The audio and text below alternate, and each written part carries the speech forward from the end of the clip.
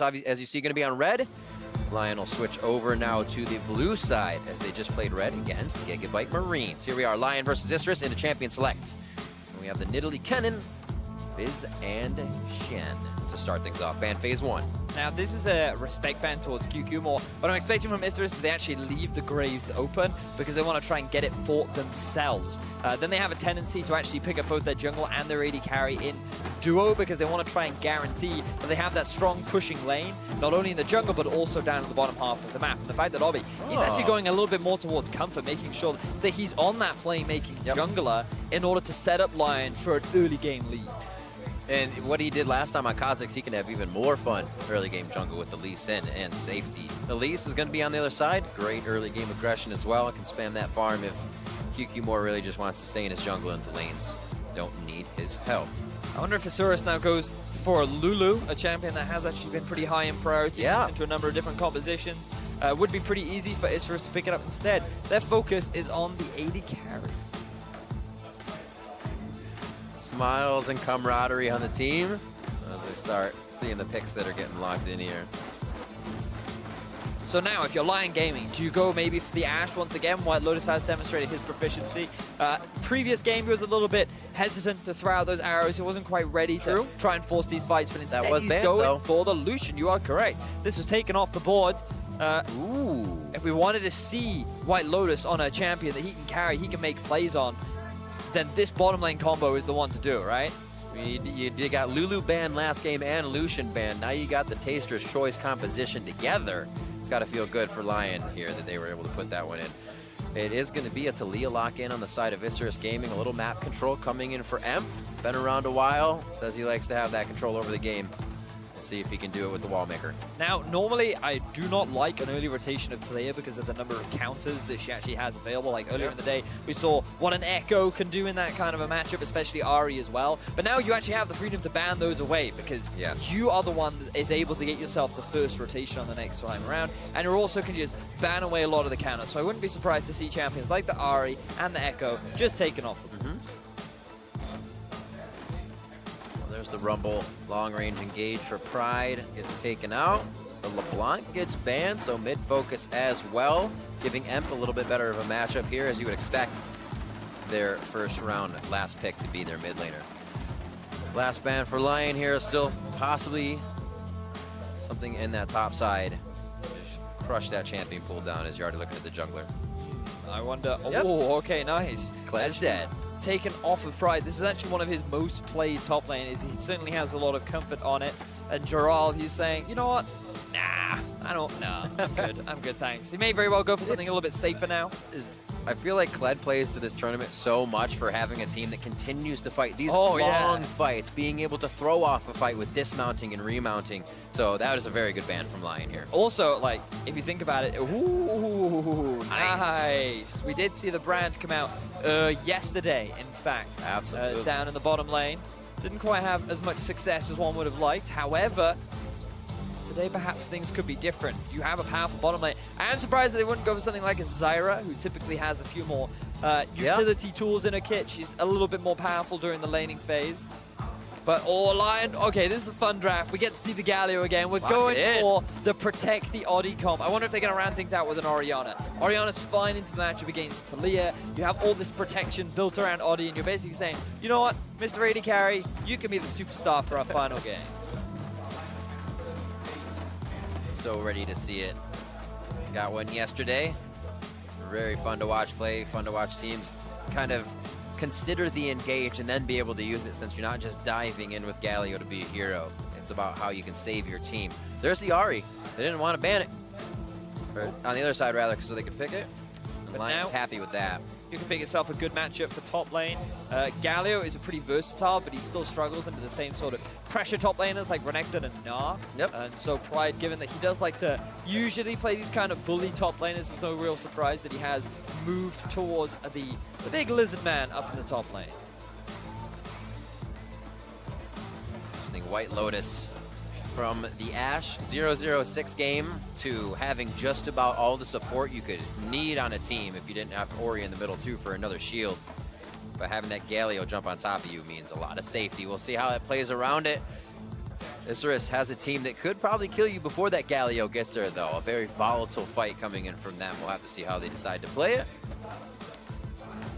20 seconds before we get in. And what I'm excited for is the fact that Isurus Gaming were actually very well known for this Renekton Elise combo up in the top half of the map. They love to just constantly dive and dive and dive, and you can do it because you have such powerful pushing with the Renekton. You have the ability to set up these early dives. Remember that Elise level 2 roam up top lane to shut down the Shen with the whole Darius combo too. And I feel like that Isurus Gaming, they're looking to repeat that. They want to try and shut this Galio down and net themselves some control over the top half of the map. All right, 2 more games to go on the day.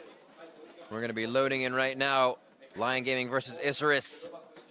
As we get on to the Rift, still one after this, Gigabyte Marines versus VP. So don't be going anywhere. You can see smiles on the screen. I know you're smiling at home. We've had some crazy games already to start the MSI Play-Ins. And we're about to give you one more. I guess 2 more. Yeah, well, 1 more right now. The action is about to begin. We got a Lucian, we got the Playmaker. I'm just thinking back to Sven at Worlds with Origin. Do you remember where he was the front line? He was the one running into the fights, having the Lulu backing him up. That's the sort of expectation that I have for White Lotus. He had flash too much in that last game, and I want to see him going back to his earlier plays in the day. Also ready to see Adi come out with some of those plays. He was in the face of the Lee Sin all game of his opposing jungler, but just could not find the results. LYN now a little bit warmed up from that game. They'll go back-to-back now versus Isurus for their 3rd game of the day. Both teams need a win. Both teams very much want to win. They want to end their day on a high note. Yeah. And so now what we will see is, again, we talked a little bit about Isurus Gaming. Their very much game plan is, let us kill Giral. Giral, I feel that his impact so far throughout the tournament has not been the greatest. So if you put him behind, that's going to be even harder for him to have the same sort of impact in this game. Whereas LYN Gaming, I imagine the investment is going to be around the bottom half of the map. You're going up against a Brand, the dude that's going to be looking to get in your face, trying to give you a couple of burn marks. You also have a lot of pushing power in the form of the Varus as well. So this is a violent bottom lane for Isurus Gaming. They have push all across the map. So I feel like that what we're going to be seeing a little bit more from LYN Gaming is just like deep vision in the bottom half. They want to make sure that White Lotus and Genthix can play as aggressively as they want. They can look to try and trade like they did in the previous game. The Doran start versus the Longsword start down towards that bottom lane.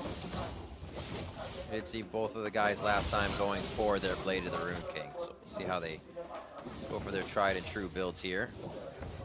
And we'll make sure how Imp is working that ground and mid. If you start to hover top or bottom, you can almost kind of read where the jungler is going. It's always good if Atilia can kind of mix that up and confuse the opposing mid laner. Now this is a really interesting pathing from Odd because he did not get spotted out by the ward. Kyukimore has no idea that he's here, and he's going to get his blue taken away from him. So now, he actually has Raptors to go back to if he wants, hover to Wolves, or he can just hang out. Get himself over the wall. He might even start his Krugs and say, watch for that blue. It's already warded, so he's got time to play. But QQ is expecting... instead, he's not going to bother. Oddie going for a level 2 gang. Yeah, I think that was as soon as you said that, I think the call from QQ was, hey, the jungler could be down towards the bot side still. The play push from Seiya gets Emp to go down towards that bot side. They get a good flash out of him, and now QQ trying to make a move, trying to look for a bot side gank. I feel like it's going to be dangerous, though, except I did not notice how much damage Mr. White Lotus has taken. He does still have a lot of his summoner spells, well, all of, in fact, his summoner spells available to him. That's what you get out of this Brand and out of the Varus damage and piercing arrows coming through. Even though that damage isn't as much there, they are making it stick. No healing in this bot lane. Again, the Pillar of Flame under turret. Always trying to hit the Seers as well. And that is super obnoxious to play against. It's incredibly obnoxious because especially once he gets E, it's even more AoE. Yeah, it really is. So every time you walk up towards farm, the Brand is going to be in your face. It's really difficult to trade back against him. Lulu's going to be forced to put a couple of extra points into her shield, where normally you do max it. However, it's going to be even more important when trading up against the Brand. And the annoying thing is even if he does pillar like the back caster wave, you're still getting not enough damage to push it too hard, but enough to harass on the enemies. Exactly. Like you said, super annoying. Whoa, okay. I was not expecting that skin, and then Renek was like, has he got a tan? He is looking way greener than usual. Not feeling well, a little seasick as he runs through the river towards the top. Like we said, we got the push in, but QQ More actually hasn't been able to deliver love to the top side. We heard the analyst that's saying QQ More does get a bit of that aggression towards him early, has trouble handling it, and here again, he's going to have to try and recuperate and call an audible off his original pathing. Little justice punch to the face as the call gets pried out with some HP. So, very steady early game so far. Adi with the moves in order to steal away some of the camp's experience away from QQ More. You can see that he is suffering right now in terms of mana, which is hurting his career just a little bit. Means that he's not quite as ready to go for these early dives, but around the level 5, level 6 mark, that's where I'm thinking, well, maybe QQ More can look for a play up in the top half of the map. They really want to shut down this Droll Galio as soon as they can and start snowballing Pride on the Reneg. And something we're very used to seeing is once the jungler sees that, they're over on the other side, taking blue. The mid is adjusting to make sure that happens. Top is adjusting because Pride was pushed in, right? So they actually could have been over, but the 3 buff start here for Adi, doing very well. And we'll see how he continues it. Very early magic resistance being bought for Seiya. Identifying the high amount of magic damage on the side of Isurus Gaming. So he's just compensating for that. And interesting that we saw this yesterday as well, the actual prioritization of the I forget the name of it, the little blue cannon thing that squirts out ice. Oh, GLP. The GLP, yes. I was like, the little blue can. Oh, ice, Yeah. ice, got you. I thought you were talking about the minion, yeah. Hextech GLP. That's the badger. Right, so we've been seeing a lot more recently. I'm actually not a massive fan of it because when you weigh it up against the value of a Morellonomicon, I feel like that it's not as strong. It means it hurts your roaming because you don't quite get the cooldown reduction. The immediate power that you get is decent, but I feel like you could also get the same sort of effect from a Rylai's. I suppose the advantage is you don't now need to build that Rylai's. Instead, you can just diversify your itemization, perhaps go for an early Leandries, and then you can also get yourself an early Void Staff too. So go for more of the penetration build rather than the AP sustained poke damage build. See what his choice is. This game, obviously, the belt. Seen it more and more. Allows you to get up close, get those kills, but right now he has not got any action as well. Seiya hasn't seen too much from pushing him in. The flash blown onto Emp has left him alone. Thought there'd be a return. But right now, I think Adi's just having fun with the amount of control he has over the jungle as he continues to get himself built up. No forward wards are going to let them know where QQ is in the next few minutes. That gives him the option to possibly make a play. His bot lane has been putting damage onto Lions, so maybe that's the entry. Just looking at the vision right now on the bottom half of the map for LYN Gaming. They have the control ward in the entrance to the mid lane, along with in the Tribrush. Whereas not quite as much vision invested into the top half of the map. Very much expecting Droll to be the one suffering from the pressure, and so you can see that ward just at the entrance to his tower. So they're very much aware of what they're expecting from the early game from the side of Isurus, and we actually haven't seen very much from QQ More. After his blue buff got stolen, he made his way down the bottom side and wanted to try and steal away some of the camps, but besides that, like, he really has been on the back foot. He has now actually still at a level deficit as Genetix takes a fair amount of damage. Woo! That passive, there's extra damage always coming in, still burning from the corruption as well. But like you said, QQ More trying to get himself built up, did go get that trackers early so he could fly through the jungle. Get a little bit more damage and sustain from his camps. And now he's down to the blue. Maybe able to deliver this over. He might take it for himself here since 6 is not the biggest deal. But we are seeing White Lotus and Genetix get a little bit more push down in the bottom lane. Yeah. Feeling more confident after getting that first buy, and now with some life steal under his belt, which is what I'm expecting White Lotus to get for himself. He'll be able to deal a little bit better with the poke coming out from Isurus Gaming. And I feel like this is a bit of a window where Isurus Gaming may very well struggle, because you would expect with this bottom lane to be netting themselves a pretty big advantage. And while they do have a pretty big CS discrepancy, you want to try and keep this pressure on. You want to be making sure that you can get damage down onto this bot tower so that you can call QQ More down later and be like, yo, I want to take the tower now. With your presence, we can either set up a dive or we can get ourselves the first objective of the game. It's almost really, really hard to get the kill if they didn't on the scenario we saw before. When we got to the bot lane, we said, oh, well, White Lotus is low. Because sometimes you can just play under the turret. Oh!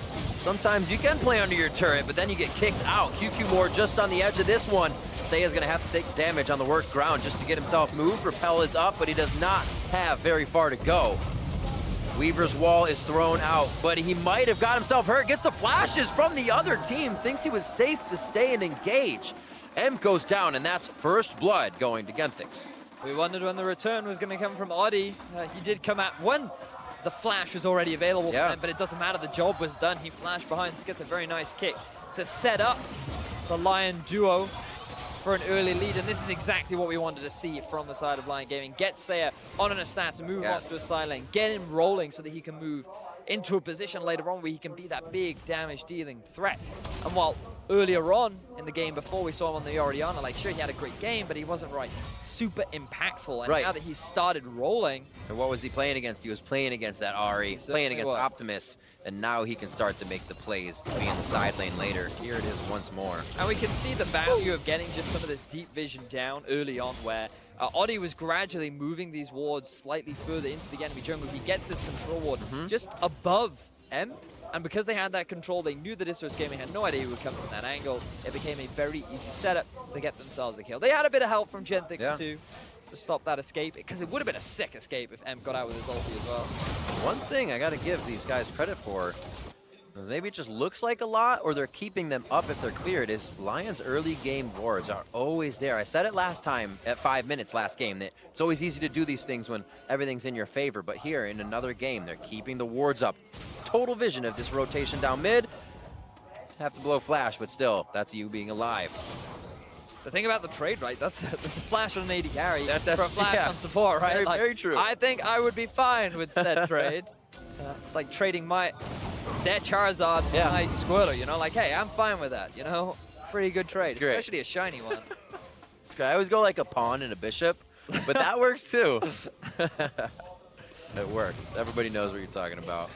Easy farm here at the turret. The method to the madness is known at this point by these guys on the worst ground. So M's not getting as much damage. Finds himself where he hasn't been digging too much, but he might have digged himself his own grave. And that's dug, not dig, but he's down, and that's another kill. 2-0. And Audi comes in, steals the kill after all of Saya's hard work. But still, he's just sharing the gold, you know, sharing the love. And they will be able to get a lot of damage down now onto this tier 1 in the mid lane. QQ tried to get some kind of response down in the bottom lane. Now we get to see whether or not they will be able to get this tower. But Isros Gaming, this is not the early game that you wanted. No, it's the fundamentals that LYN is playing off of. So many times a team will be happy with blowing a flash because it allows their mid laner comfort to play against that guy, right? But now they're tacking on those advantages. Come back for the kill twice in the mid lane with this flash down, and they have a turret prepped in mid lane for first turret blood as well. We'll see this one more time. Saya's setting it up too. Great charm from Saya. Like, he's confident he's able to get the solo kill simply because he does not have his summoner spells available. He was ready to get the kill. Like, Ollie. I would be very frustrated if I was Saya right now, but he knows, like, it's for the team. It's fine. My jungler, he needs the extra bit of gold. If he buys a control ward and puts it mid, you know what, I can forgive him. Yeah. I mean, he could have I was going to say he could have safeguarded to him real fast, but may not have had time. Either way, kill secured. That's what KS stands for. As QQ heads back to his jungle here to clean things up. He's done a pretty good job on the bot side just because they had some time to live, but the bot side is being hovered by Adi right now for a third return on this flash. Here's the charm as he pitches himself in between the turret. Oh, no! Just makes it a very scary pathing move, but Emp is able to dodge out. Both skill shots end up missing. Good sidestep from Emp. Yes. Yeah, let's give it to Emp. Good sidestep from him. Well, the dodge out from that. Honestly, he looked to pinch himself in the turret, and that's a for sure death. And you say, whoop, nope. Yep. So just using that rock surf passive too, you know, right next to the turret. That's true. Just sidestepping out the way. Everything. Like the slide and glide, good awareness. He's getting that one in full. Let's see if QQ can respond with the dive mid. You say whatever you can do, we can do better. Let's see if they can put that on the plate here, just on the right side there, being clear. QQ says nope, and it's a good choice. Gets him on the worked ground. Gets back to safety. So now, let's go back to what we were talking about in the early game, right? Remember, Isros game, they had push up top. They had the push down bottom. They also had push in mid early on, and they needed to try and utilize these pushing lanes. They wanted to just keep wearing down onto these early turrets. What we saw is Pride, he actually ended up getting pushed back a fair amount, like he didn't get the damage down, as Odi now is in trouble. Oh, the charm Oh! went past. They're going to be able to get both in the fight now. There's the kill coming in into Emp. That's going to be another falling. QQ Moore is literally just trying to keep Emp alive, but finds himself falling now in his first death. And the heroic flight comes from Giral, but it's in the after party. They're just going to get Dragon now. That was so cool. Oddie is able to get himself the kick, combined with the charm as well. Like, QQ Moore, if he didn't repel, he was going to end up dying to Saya, but he does repel, and then they just set up Emp to be the target focus. The LYN get themselves 2 very swift kills. They're going to get themselves the Dragon too. Mid lane goes down, and this was the LYN gaming that we were expecting in the game before. Start off early, control the vision, and they are not letting QQ Moore breathe. Oh, no. Kindness backing in not a good spot. Ignite goes down. Is it enough to finish? The forward flash from White Lotus.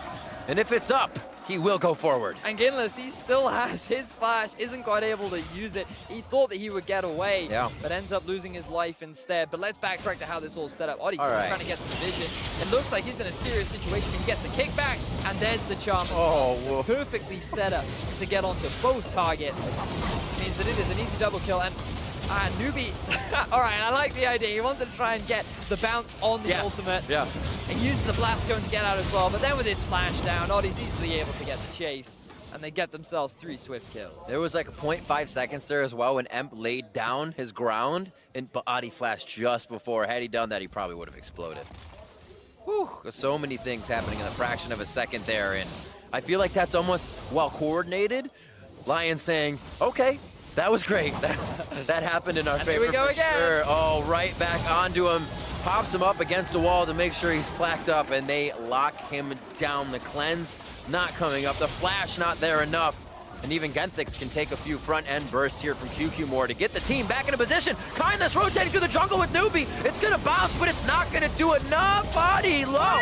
They're going to get an extra attack there coming in from Newbie, but the team is out. Pride comes in for a kill. Sliced and diced. Now White Lotus and Saya here. Which way will they go? Oh, no! This pursuit right into Dominus the Cole, but there's no lockup from the Ruthless Predator. There's the W. Here comes Saya. Gets the charm over the shoulder of Pride, and Pride has to run to save just that. He goes down to White Lotus. QQ Moore and Kindless now trying to get in here. Will the fight go down? A few more shots. The charm in, and there's the Foxfire. They're gonna do Burn up, and in the frying pan, the flash out from Saya draws in QQ Moore. Hook, line, and sinker as they bait in another one. Triple kill for White Lotus. The 2v3 from the LYN duo is able to get the turnaround. They get themselves the kills that they need, and everything is going so in favor of LYN Gaming. At first I thought Oddie, man, he played with fire. He ended up getting burned. You can see that he got a little bit too cocky trying to get this kill. He doesn't respect the amount of damage that can come from this support brand. He ends up losing this life, and you think at this point, all right, LYN, you've overextended, you've made mistakes. And you think that the collapse is just going to come out, but then the way in which they kite, the way in which they buy time, it's just so good for both Saya and White Lotus. Notice that Pride, he gets locked up in the animation of his W, which makes it easier for Saya to be able to land the charm. And then Kinless and QQ Moore, you just disengage at this point. They don't even realize that Saya still has his flash on this entire play.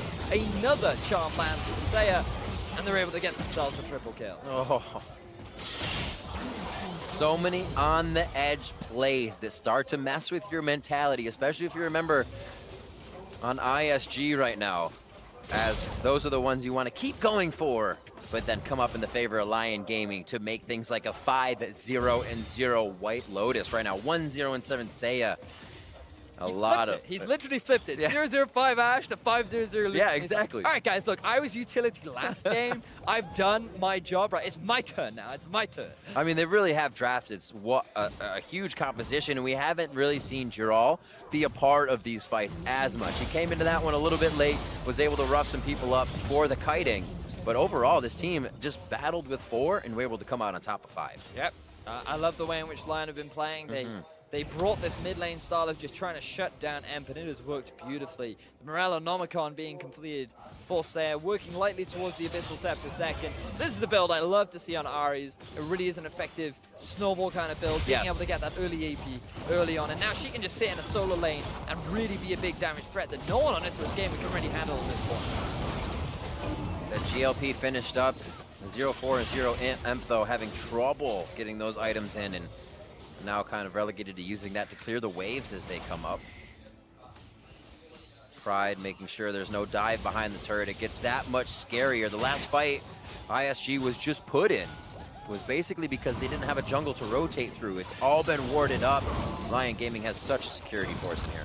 And the thing that surprised me about Isurus Gaming is the fact that I was expecting more from QQ more in the top half of the map. I was expecting him more, maybe even in the bottom half of the map, because they had so much pressure with these hard pushing lanes in the first 10 minutes of the game. Yeah. But after QQ more lost his blue buff right at the start, we saw nothing from him. This guy just got put behind from a very small deficit, and he just didn't know how to come back. Absolutely, and we see Audi now 2 games in a row. Kha'Zix last time didn't really come to fruition for him, but the Lee Sin this time, now that he can be a little bit more of a nuisance in the jungle and get himself out from the dangerous spots, has been able to throw the team for a loop. And like you said, it's shut down what we expected to see from that Renekton and Elise top, shutting down the Galio, getting some dives in. It's been non-existent. Baron up now at 20 minutes, but it's 10-2 and just about a 7,000 gold lead you're looking at. Things are rough for Isurus Gaming. When we look at avenues to come back into the game, they really have to rely on the mistakes of LYN at this point. You have a great pick composition, you have a fair amount of CC and damage, but you have to just try and find windows with which LYN Gaming are not properly set up in the right position, where then there are small avenues, perhaps when they're moving around the map, like when White Lotus is by himself up in the top. Maybe this is where you can get yourself a pick, but they're going to need a number of these picks, or maybe even a Baron steal, in order to really gain control back over the game. But now they're able to flex the muscles of the fundamental 1-3-1 that they love so much. Yeah. They're rotating a little bit just to make sure there is a lot of pressure, as you don't usually 1-3-1 the AD top. But the power they have is they're almost able to do it at this point. I mean, LYN can literally do whatever they want at this point. Yeah. They have such a big goal advantage. Going for a Baron now would be a little bit risky, because then you give Isurus Gaming a window back. That's true. So I think the smart thing is to just play the map right now. Take your time, use your gold lead to take down these tier 2s. Then once you've gotten that, then it becomes much easier to control the jungle, and then that's when you start playing around the Baron. Just gotta make sure your confidence doesn't get you in trouble at this point. Very easy to feel like a second tier turret is diveable. Great shields. A lot of abilities just used, and you hardly see any HP downed on the side of LYN Gaming. Spells good things for them as they go to siege a turret. Already Gerald rotating from bot to mid here, as Pride is trying to do the work, but nobody's going to respect the first tier outer bottom to save. He's just going to keep pushing mid. Here he comes. He's got the ultimate. Going to dive in a little farther in the back. Seiya gets locked up. A nice hit there from Newbie as they're able to get things controlled. Second tier turret's going to go down though. Pride with the walk all the way up, and now mid is prepped for whatever LYN wants to do. They can come back and blow on that. Everything is being set up beautifully for LYN Gaming. Both tier 2 towers in the bottom lane and the top lane have been dropped. The Baron is going to be the next port of call. Well, let's see how LYN are able to get this pick. Audi. Oh, that's a very easy kill. Seems like Audi taking a cocoon from somewhere is the initiation. Yeah, that does seem to be the case, where it's very much like, oh no, I've been hit by a web, but I'm the one springing the trap. Ha You're in this fight with me and my team. They are always there, and they are moving power and numbers right now. And like we said, that mid turret very, very low. Get some shoulder wards on each side, top and bottom. And 11-2 means that turret is not long for this world, with possibly more kills on the side of LYN Gaming. Cloud Drake being comfortably ignored by both teams. They're much more focused on the larger objectives. The blue buff will be handed over to Seiya, but a convincing performance overall from LYN Gaming. We talked about how it was great to see the shift, and the fact that we wondered how they would shift their mentality coming into game 3 of the day. And they definitely seem to be much more of a, you know what, let's go. We're ready. We're primed. We're going to be going back to our old style, back to the style that has worked for us in the past, which is netting an early lead and then snowballing it throughout the game. It did not seem to temper them whatsoever. And mostly Audi, right? We saw him last game. We saw him this game. Stealing the Baron, or I'm sorry, stealing the Dragons, feeling pretty good, but also had his own knockdowns and his deficits. So be able to go around, get the team going, really helps them catapult this game. White Lotus been doing his own thing in the bot side. They've gotten some interesting rotations throughout the game to actually get that bottom lane fed and make sure they keep QQ more down. Again, something we heard from the analyst desk, that he kind of has to have a good game for ISG to really flourish in the lane, somebody to come out on top. I mean, Pride's going to be up there doing what he can, probably not kill it, but if he had that help of QQ more, as we said before, he could have had an early game where they would accept fights like this, where just the AD carry is taking Dragon. Yeah, my expectations were a little higher from ISG Gaming this time around. Woo. Regardless, LYN definitely put up a strong performance, which ISG were not able to handle. Ooh, very swift flash from White Lotus, and here we go, engage from LYN again. Adi gets hit up. Wild Growth is there. Whoa, Pride's gonna take this one all the way in. Feels like he has the exit. Blade of the Rune King, flash in. Here comes the Hero's charge, and no, it's gonna be the hit from Gerald. There's a crater in the ground with Pride's name on it. And LYN, they're feeling even more confident than ever. They have 5 members strong, and they're going for another fight. Blasts over the wall, gets the taunt in on Kindless. Newbie around the corner with QQ more. They have to run opposite side of the base to get out of here, and they don't have much else, nor anywhere else to go. The chase from Jirel is going to keep Newbie from doing anything, as well as backing. And now they're going to be chasing QQ more to the top side. The team pushes down mid, and we're going to see how this one ends. Adi picks up the kill. Jirel still on the chase that is never ending. And we'll be back to that in about 5 minutes. Yeah. Push mid. Oh, just a bit of fun between both. They throw it up. Newbie. Throw it up. What you got? What are your skills? The zombie brand. He can see your footsteps. Smash from Jirel. Takes him down. I actually didn't know it was going to happen there. Baron is going to be uncontested unless the Weaver's Wall flies all the way through. And Emp comes up with a huge hero play, 15-2. Baron is locked down by LYN Gaming. 50,000 gold, just about for themselves. And I just love this engage pattern from LYN, you know? Walk up, get hit by a web, team is good to go. Like, look, every time, Adi is just ready and waiting to get hit by that web because he's just baiting ISG Gaming in, ready for the rest of his team to get the collapse. And again, now we're seeing the forward play of White Lotus. He knows he has the support from his top laner, Jirel, and a hero's entrance certainly was just when you get that slam dunk down onto the Renekton. And then from here, it's just clean up. That's the first kill I've ever seen from the hero's entrance. Absolutely awesome. Great taunt to start to. Not too many Galio plays coming through the MSI Play-In so far, but the two have been quite nice. QQ more to run. We know what happens on that one. Mission Impossible by Newbie as he ran away.